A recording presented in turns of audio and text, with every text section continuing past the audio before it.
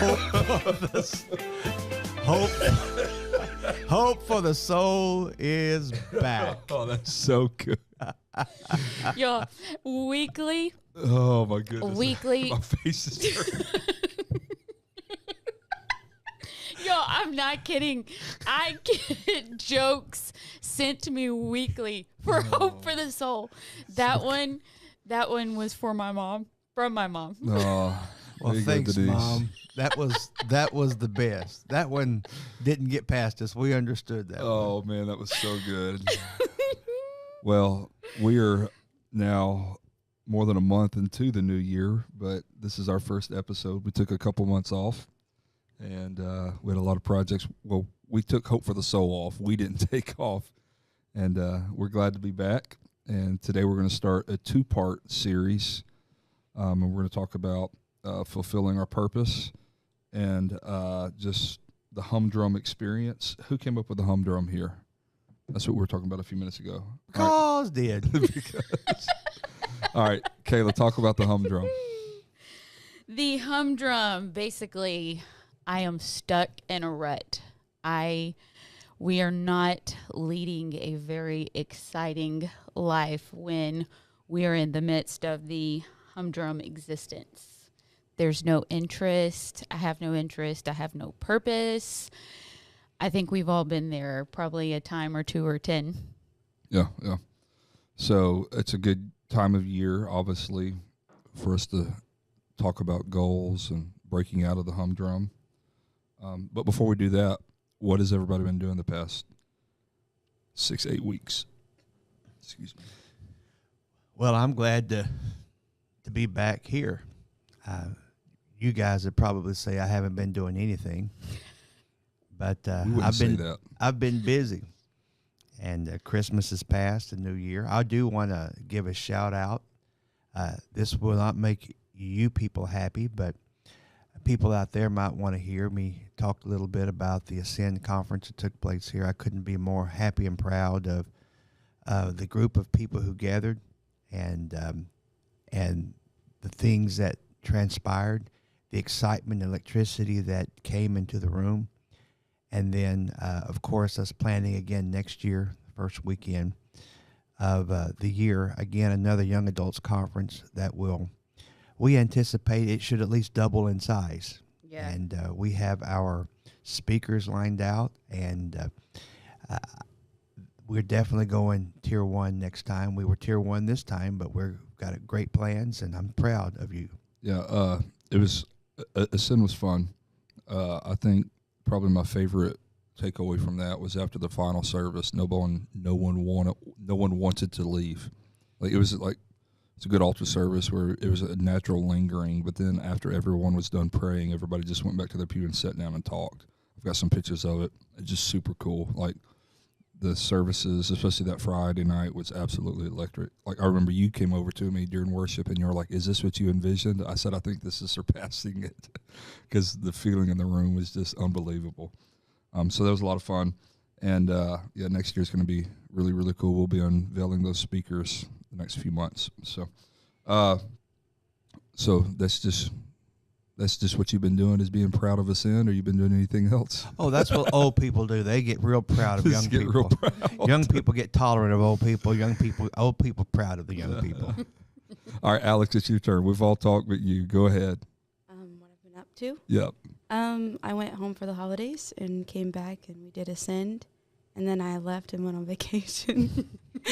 So that was fun. Went out of the country. That was fun. And then been trying to get back in the swing of things after holiday brain. So. Yeah. Mm-hmm. Babe, what about you?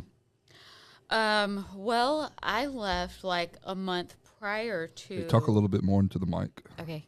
Is that better? That's a lot better. I left a month prior to actually the podcast taking a break for a little bit. So I am very. So you left in October. Uh-huh. Yeah. I have a little side hustle. A little something on the side. A little side hustle. No, I do a lot of decorating for the holidays. So I was glad to see January come. Yeah, same. January is always crazy personally because of your side hustle and then all the church stuff, production stuff. We added an online deal because Christmas was on Sunday this year, right? Yeah. And so we had an online special, which that was a whole nother beast that I threw on top of everybody that ended up being good, but it was a lot of work. Yeah. Somebody's phone is on. Is that yours, Dad? No, sir, it's not. I knew better than leaving my phone on. Is your laptop on? I've been taught. Mute your laptop. I've been trained. And so that was fun, and we had all that going on. I actually feel like the new year is just hitting us. Yeah. As a church, we go through 21 days of prayer, and so you feel like the rest of the world has just slipped out of your fingers. So I feel like the year is actually just beginning, and it's February 1st. Yeah, I was talking with a pastor friend yesterday, and we were talking about that. Like, he does his leadership retreat mid to end of January because he felt like if he was to do it in November, either right before or right after Thanksgiving, people are in holiday mode, and it wouldn't be as effective. And if he did it right out of the gate in January, people are still, they're back and they're working, but they're personally recovering from their trip or their extended vacation or whatever it was that they went through. And so I was glad to know that I wasn't the only one that felt like that. So I totally get that. You know, we preach real big the first 2-3 Sundays of the year about the new year, fresh focus, but really for us, now is the new year, the beginning of February. And we only have basically February through May that are productive months. Mm-hmm. When Memorial Day comes, people in school lets out, people disconnect for a season, so you have to go into this season of summer. Yeah. Mm-hmm. And so June and July basically are not forward-moving months. You can move forward, and many times we do, but you don't plan a lot of things forward-moving. And then hopefully when you come back in August, you're able to back to school and back in the groove and able to forward think again. And then for that part of the year, September through mid-November, you've got about 10 weeks there of harvest and forward movement, and then here we go again with holidays. Yeah. Right. Yeah, really probably 7 to 8 months where you can really capitalize on people's attention. And then there's the summer, there's the Christmas, Thanksgiving, all that. But I don't think that's bad. I No, think it's that not. You can't surge forward every month of the year. That's right. Yeah. And so if you have basically 2 surges a year where you press forward, take some new territory, and then you have to catch your breath. And so that's kind of what we do the first of the year, and catch our breath in June and July. Everybody wants to be gone, so let's don't try to force things to happen. We'll go be along miserable with it. doing that, yeah. And then another surge in September, October, and then we back away, and then we seem like we back away for a long time. Yeah. But then we're back on it, and it's exciting. Well, I think we just focus on the Sunday itself. Obviously, we focus on Sunday every week of the year, but as far as all of our big pushes, our extra initiatives, small groups, socials, parties, all that, even revivals, you just have to, we have to structure it to where that's when people are available, when they have the capacity to give, whether it be their time or their energy. But there's this thing that it happens to all of us in the process of life over and over again. And you see it in the holidays. For instance, parents, they work hard. They spend a lot of money. They have Christmas with their children, and they usually spend more than they should. And it's all opened, and 10 or 15 minutes after that exciting moment, you've got a mess to clean up, and life is back in its routine. You see it when people graduate from high school, where that there is all of this emotion placed into walking across the stage. And if you've had a smart kid, and it's really emotional, but if you had a kid that has struggled, it's really emotional because you just got to get him there.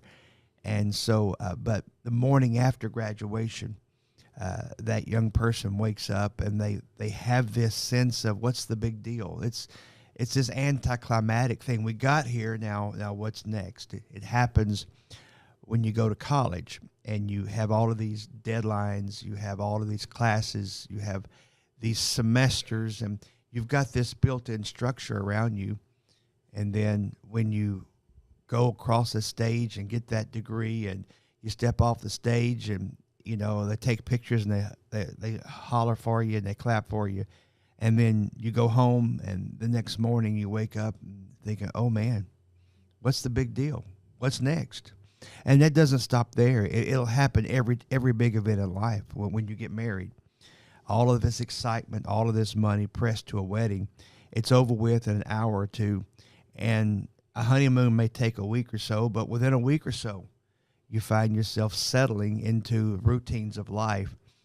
And normal life routines are just not very exciting. Yeah, but I think I agree with that 100%.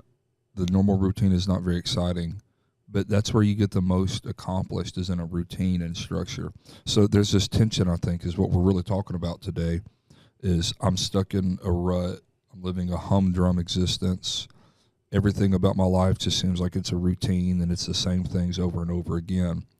And I get that, because sometimes that can be discouraging, and you can get so focused on what you're doing that you lose sight of the big picture. But if you really want to accomplish a lot in life, you need to build a routine. There needs to be some structure.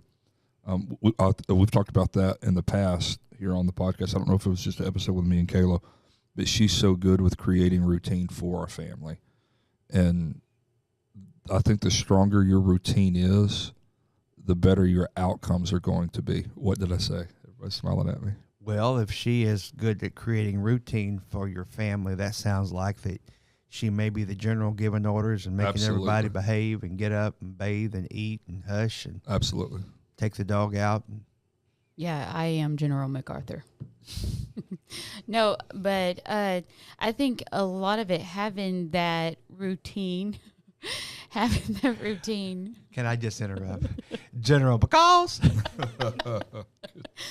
But having that routine also creates discipline. That's exactly right. It creates discipline, especially my life right now, my kids, trying to teach them things for when they're older. If we have this routine in place, it creates some form of a discipline the older they get. Yeah. I think, Alex, you were talking about yesterday, I had to leave, but I think it was either right before I left or right after I got back. You were talking about the difference of before you graduated college, you had to-do lists that were yes, there were some lists that you made for yourself, but a lot of your assignments, the due dates were given to you by instructors. And now post-graduation, there's some deadlines that we give, and there's some parameters that we operate in between. But for the most part, we say this is what needs to be done. Let's just make it happen. So talk about that difference for you.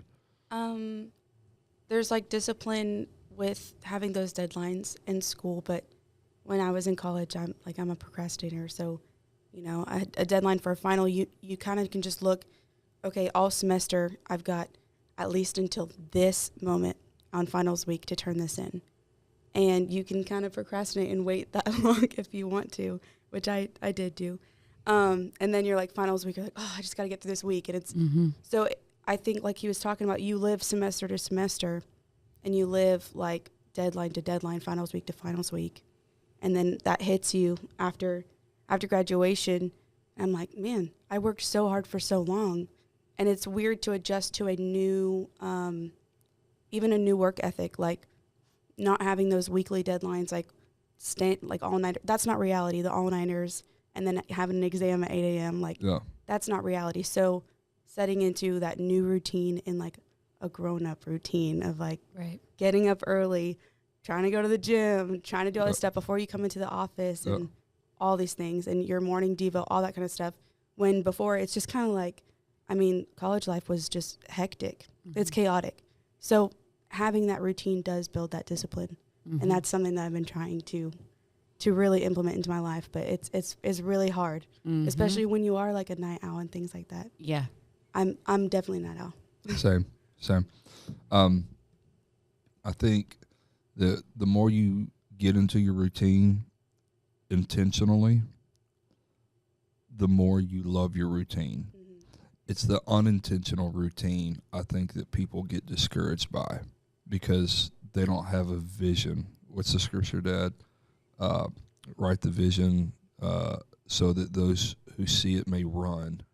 And if you don't write a vision for your life, if you don't write a plan for your life, you might run, but you don't know where you're running. And so you're going to get tired and you don't know your why. But if you write a vision, if you write a purpose, we were talking a few minutes ago about how we don't do New Year's resolutions. A lot of people do, but we don't. But if you want a short-term resolution, a short-term goal or a long-term goal, make it plain and write it, and then just stick to it. Yeah.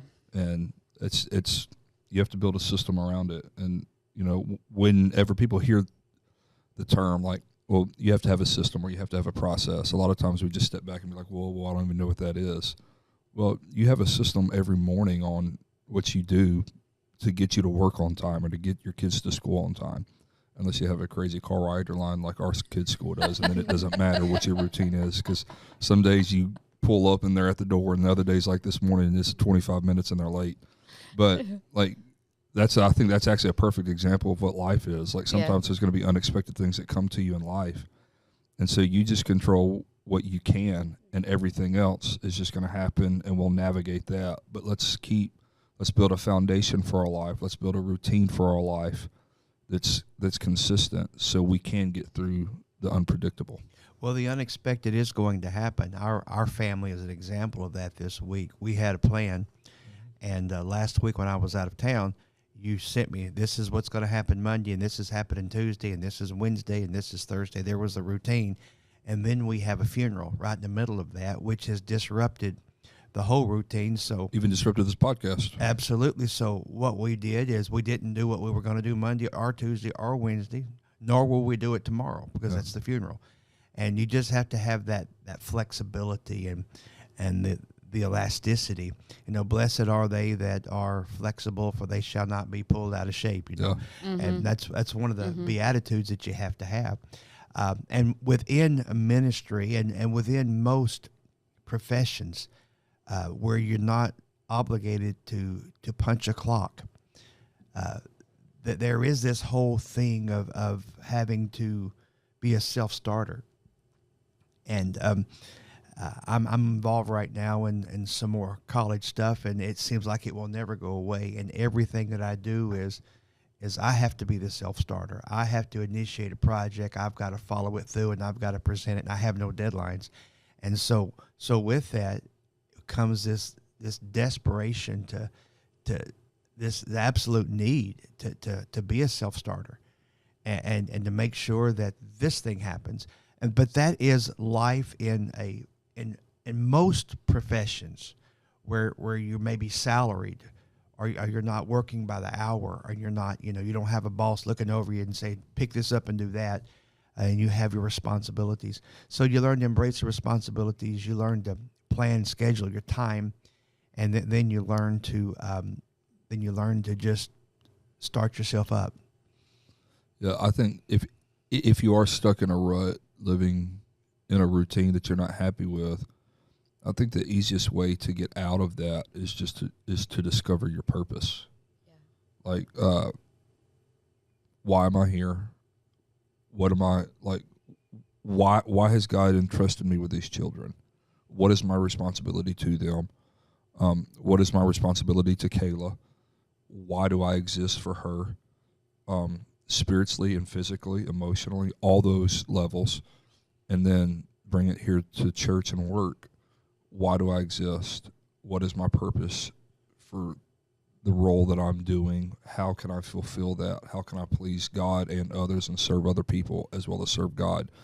And whenever you really start honing in on your why, the routine doesn't go away, but your discouragement or the quote-unquote rut goes away, because you recognize that I have a greater reason for existing than just picking up kids, dropping off kids, fulfilling tasks at the office. It becomes not I'm just a parent, or I'm just a husband, or I'm just fulfilling tasks at work.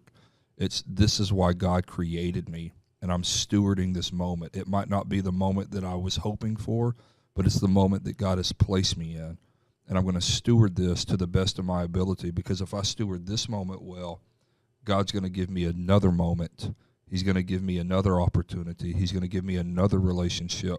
He's going to give me another opportunity at work or church, or an opportunity to influence and steward a relationship.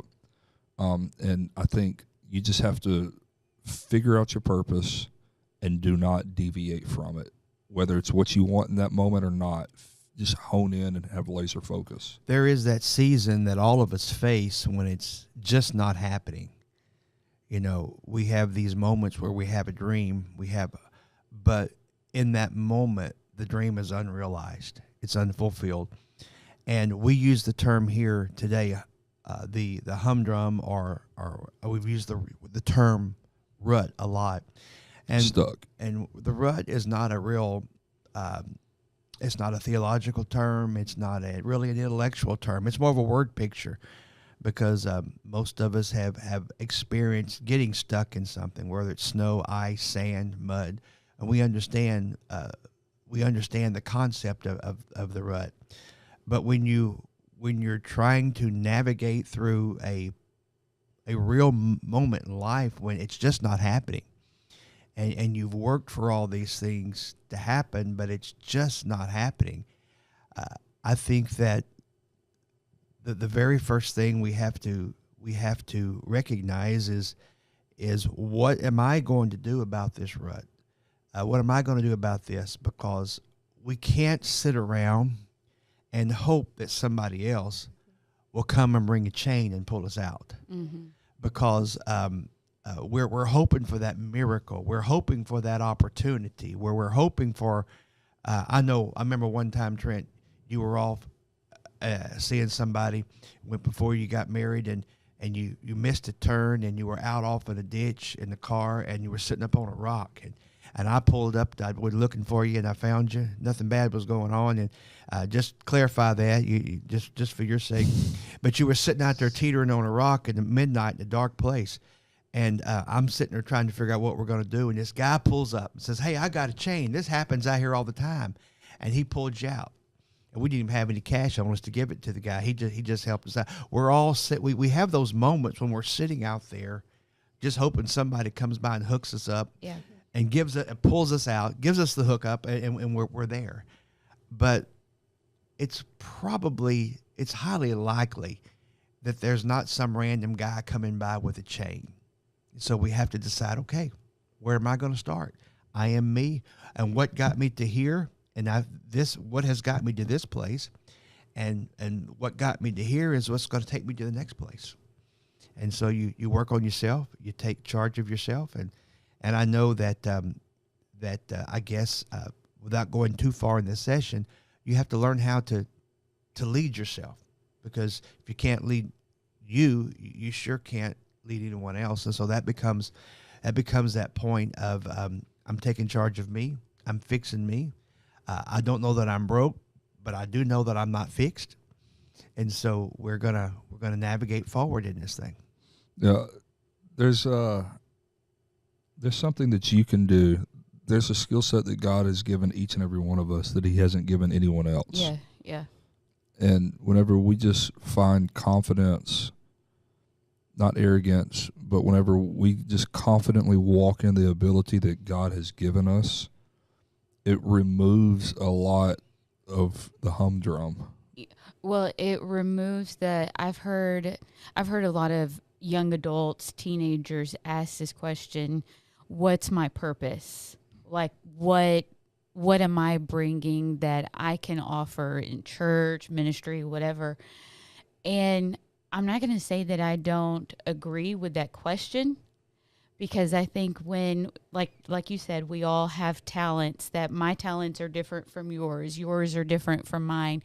But when we are confident in the talents that God has given us, it removes that question of what's my purpose, because your purpose is those talents that God has given you. And when you're confident in those talents, and my mama used to, every note she's ever written me, she always ended it with, read your Bible every day and you will grow, grow, grow. That's such a juvenile statement, but it's really the older I got, I realized how actually impactful that is, because when you're growing, you're not questioning what's my purpose, what can I bring to the table, because I'm confident in who God has me, who I am in God, if that makes any sense. And to add to that, if you read your Bible, grow, your perspective will shift from off of me and what's my purpose and how can I help others fulfill their purpose. Right. And that's not just a preacher thing to do. That's not just a church staff as we sit around a table in the office here at Conroe Church. That's something that I wish everybody could grasp. Like, if you help other people, you will never have a shortage in your life that you won't get through. Take it away from church. We had lunch with a new family in the church this past Sunday, and he's a leader in his industry. And we were talking about his work and then about our work and kind of how the two collide. And we both agreed that the reason why he's finding success in his career and his company is finding incredible success in their industry, information technology, it's because they found a need, and they're not trying to be the cheapest. They're not trying. You can either be the cheapest, you can be the most expensive, or you can be the fastest, or you can be the slowest. And he said, we're not trying to be the most expensive, but we are trying to operate at a high level of excellence quickly. So that demands a premium. It's not their goal to be the most expensive, but in order for them to operate at a level of excellence and meet the need in the marketplace, it requires that. But because of that, people are willing to invest at a higher rate monetarily because they know the end product that they receive is going to be incredibly excellent. And if we could just operate at our best, find our niche, find what we're good at, and just meet the need that we see. From a leadership perspective, we found ourselves saying this, me and you both, Kayla, and we've learned it from Dad and so many others, that don't just not show up at an event early or stay late because you don't have a responsibility. No, leaders show up and they operate if they have a responsibility or not, because they know that just by being present, they're going to see a void. They're going to see something that needs to be done that might not be what they're supposed to do, but someone else may have overlooked it, or someone else might not see from their perspective. And just being present, looking for things, looking for a way to add value, that not only helps other people, but it helps you. If you're constantly meeting needs, you will always have job security. The preacher of Ecclesiastes said it this way: whatsoever you find to do with your hands, do it with all of your might. And so what is available for you to do in this moment when you feel like that you're on the shelf or forgotten or you haven't found purpose? Look around and see what needs to be done and do it. And be that person that other leaders say, we can't make it without that person. Don't ever be that person that's awkward and it creates awkward moments, and the leaders that may be in charge, whether it's the job, the church, or whatever, they're looking around saying, what are we going to do with that guy? Be that guy that just says, we can't make it without that guy. And it's just simple. Be available. Yeah. Be available. And whatsoever your hands find to do, do it. And it may not be in the spotlight, but if you do it long enough. I remember years ago, I wanted a ministry opportunity. I was out of college and between jobs, and I went to work. When we actually rented a place from the church there in Pasadena, and I wanted a position. I wanted to work at that church. So I took on all the lawns, and they had like 20 acres. And for a year, I was working my regular job, and I mowed the grass. And I kept it mowed until one day, pastor came and said, can we visit with you? And they said, you have really done great here by putting your hands to these yards. We want to invite you up to take over and be the leader at this school. And so that started a series of years where we were in Christian education. But it was a matter of I want to be involved. The only thing that's available to me now is to mow the grass. That's not an exciting job, and it really bothered me when it would get to me when I would be out there mowing grass, or we didn't even have weed eaters. That was before we all had weed eaters. So I was mowing ditches with a push mower, and the pastor and his friends would tootle by in their big fancy cars, going to lunch, just having looked like a wonderful day, and I'm out there mowing the ditches. But I was invited to a higher position. I was invited to the big table, and finally, looking back, I realized that it was whatever was there. You just do what's there, and you'll find that purpose. It'll unfold. It built character along the way. Oh, you sound like a grandpa now. I love what you said. Built character, boy. I love that scripture, and I love how you just tied that in. Whatever you find to do, whatever your hand finds to do, not whatever you're asked to do. Like if you're asked to do something, do it, but also look for opportunities, look for issues, then find a solution. So many people, not just in the church world, but in corporate America and family dynamics and friendship relationships, we find what's wrong. How many times a week does somebody come to me, hey, I saw this on the back of the campus, or hey, did you know this was happening in the restroom, or hey, did you know the water fountain, did you know this camera, did you know TV upstairs, did you know chairs were left out, and come to me and let me know about a problem, I'm grateful because I need to know about problems. But why don't you just, instead of that, just say, okay, this is what I see. Now let's be the solution. Yeah, don't bring me problems, bring me solutions, Exactly. bring me answers. Exactly. And the guy that learns how to bring solutions, whether it's a menial task or whether it's a technical task or whether it's a upfront leader task, if the guy learns to be the solution, he will become the man. We've talked about it so much the past couple of years with what we've been through the past couple of years. It's amazing how we've all faced the same problem. Very, very rarely does everyone on the planet face the same issue. But now, almost 3 years ago, everyone faced the same. I don't want to say it because it might cut the video off on social media. But with what happened in the world, we all faced the exact same thing. Yeah. We all responded differently. Some people grew, some people shrunk. Some people seized the opportunity. Some people dug a bunker and said, this is the end of time. But regardless of that, businesses are the same way. Churches are the same way. Whenever we find an obstacle, I think we should look for the solution and look for a way to overcome and be better, not just say, okay, well, this is the end. This is the end. It just blows my mind, and I know we've talked about this so many times. I don't know if we've talked about it here on the podcast, but I've had so many conversations with friends and even us that we can be faced with the same obstacle, the same opportunity, the same problem, and one person will rise, and one person will be the glass is half full, and one person will be the glass is half empty.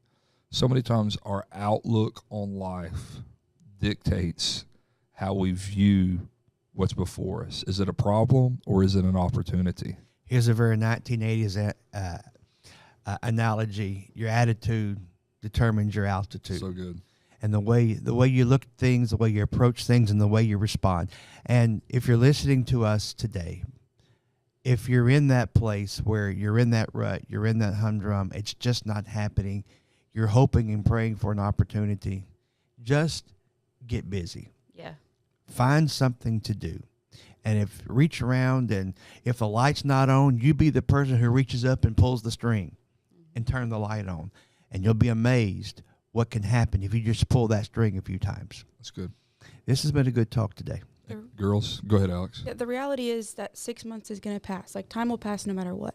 So where could you be in 6 months if you tried and you actually set a goal? Or who could you be in 6 months? Because that time's going to pass no matter what you do. So well, you've could been waste here that 6 months now, and the place that you are right now is very different.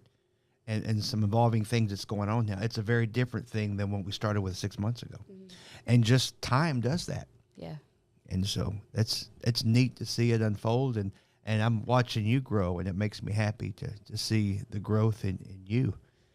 The solutions offered. Absolutely. Yeah. Cool. Do you have anything? I don't. I'm good. I think we covered it all. Sweet.